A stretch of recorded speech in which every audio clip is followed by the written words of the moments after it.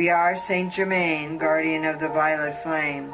We are Saint Germain, reminding you of your ability to wield divine energy on this earth through prayer, through meditation, through blessing. Blessing is very important, and the more of you that take on the responsibility of blessing, whether it's blessing food, or blessing a tree, or blessing your neighbors, or blessing your water, the more of you that take this on, the more you are opening the doorway in the third dimension to the divine existing in the material form.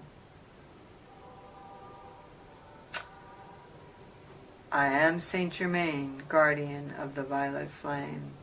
I am Saint Germain, guardian of the violet flame.